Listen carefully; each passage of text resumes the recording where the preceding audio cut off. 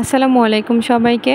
আজকে আবারও নিয়ে চলে আসলাম দারুণ মজাদার একটি ডেজার্ট রেসিপি নিয়ে। দেখে নিশ্চয়ই বুঝতে পারছেন আজকে তৈরি করব লাড্ডু, তবে এটি কোনো মতিচুরের লাড্ডু নয়। আজকে তৈরি করেছি ভিন্ন স্বাদের ভিন্ন রকমের একটি লাড্ডু, আর সেটি হচ্ছে তালের লাড্ডু। তালের সিজন চলছে, আর এই সময়ে তাল দিয়ে তো বিভিন্ন কিছু তৈরি করা হয়, আর তার মধ্যেই ভাবলাম যে ইউনিক কিছু একটা তৈরি করি যেটা বাচ্চা থেকে বড় সবাই খেতে পছন্দ করে। আর সেখান থেকে এই যে তৈরি করে নিয়েছি তালের লাড্ডু। খুবই সহজ তৈরি করা, কয়েকটি মাত্র উপকরণ লাগে। বেশি কথা না বাড়িয়ে চলে যায় মূল রেসিপিতে।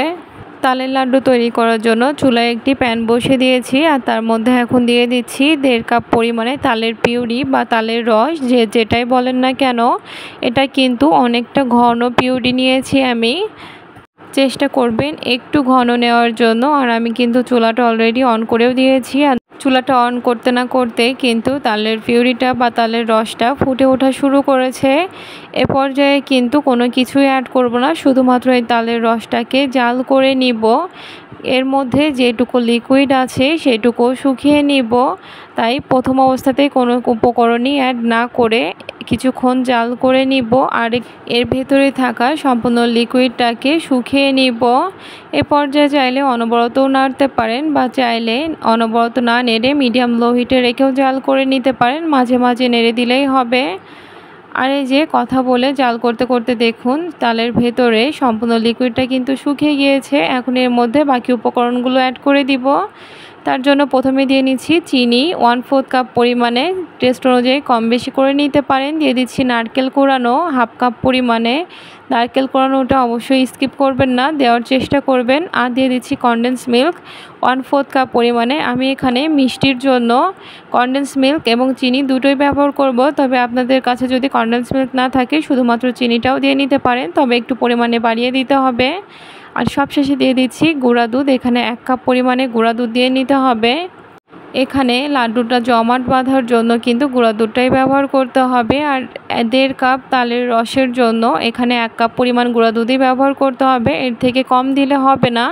আর এর থেকে খুব বেশি প্রয়োজন নেই, সমান সমান 1 কাপ করে দিলেই হবে। আর এটাকে অনবরত এখন নেড়ে খুব ভালো করে মিশিয়ে নিচ্ছি।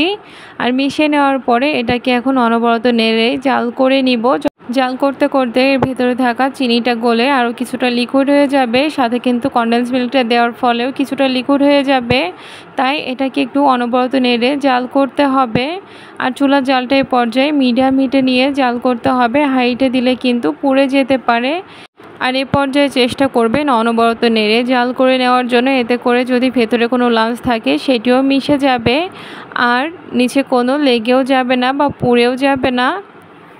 অনবরত নেড়ে জাল করতে করতে এর ভেতরে থাকা সম্পূর্ণ লিকুইডটাকে শুকিয়ে একটু ঘন একটি ডো তৈরি করে নিতে হবে বা পুর তৈরি করে নিতে হবে। আর এই যে দেখুন আমি কিন্তু অনবরত নেড়ে জাল করে নিচ্ছি। অনবরত নেড়ে জাল করতে করতে দেখুন সম্পূর্ণ লিকুইডটাই শুকিয়ে অনেকটা শক্ত হয়ে এসেছে। আর এই পর্যায়ের মধ্যে দিয়ে দিব 1 টেবিল চামচ পরিমাণে ঘি। ঘিটা দেওয়ার ফলে লাড্ডুটা যখন তৈরি করা হবে খুবই মসৃণভাবে তৈরি হবে, আর এর পাশাপাশি ঘিয়ের সুন্দর একটি ফ্লেভারও ছড়াবে। এর ফলে কিন্তু লাড্ডুটি খেতে দারুণ লাগবে। তাই চেষ্টা করবেন ঘিটা অবশ্যই ব্যবহার করার জন্য। তবে কোনো কারণে যদি ঘিটা না থাকে 1 টেবিল চামচ পরিমাণে সাদা তেল বা রান্নার তেলও ব্যবহার করতে পারেন।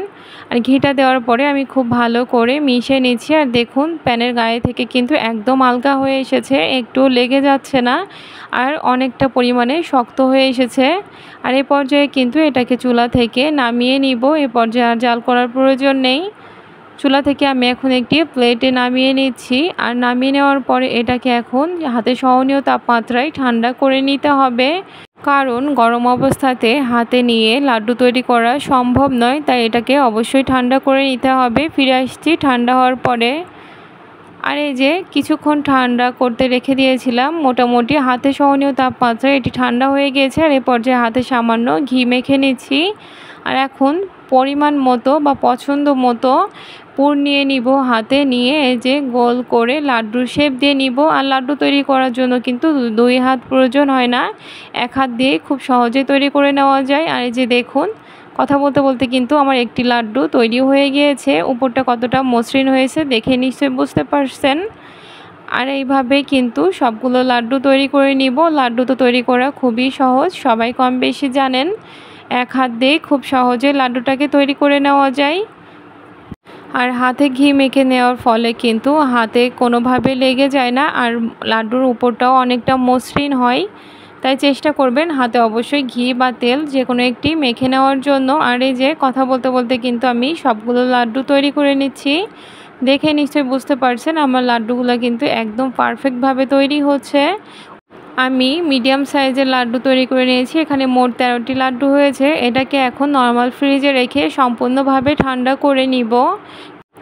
আমি নর্মাল ফ্রিজে 1 ঘন্টার জন্য রেখে দিয়েছিলাম, আর এর মধ্যেই কিন্তু আমার লাড্ডুগুলো একদম পারফেক্টভাবে সেট হয়ে গিয়েছে। আর এই যে এখন পরিবেশন করে দেখাচ্ছি, দেখে নিশ্চয়ই বুঝতে পারছেন লাড্ডুগুলো কতটা পারফেক্ট হয়েছে।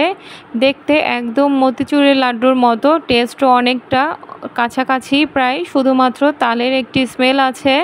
তাছাড়া কেউ বুঝতেই পারবে না এটি কোন লাড্ডু বা কিসের লাড্ডু।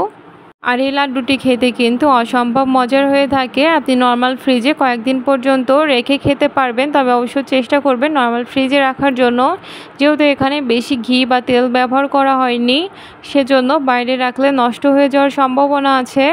আর এই যে আপনাদের বোঝার সুবিধার্থে একটি লাড্ডু আমি ভেঙে দেখাচ্ছি, দেখুন ভেতরটাও কতটা পারফেক্ট হয়েছে। তো এই ছিল আজকে লাড্ডুর রেসিপি। কেমন লেগেছে আপনাদের? ভালো লাগলে লাইক কমেন্ট করতে ভুলবেন না। সবাইকে আজকের মতো আল্লাহ হাফেজ।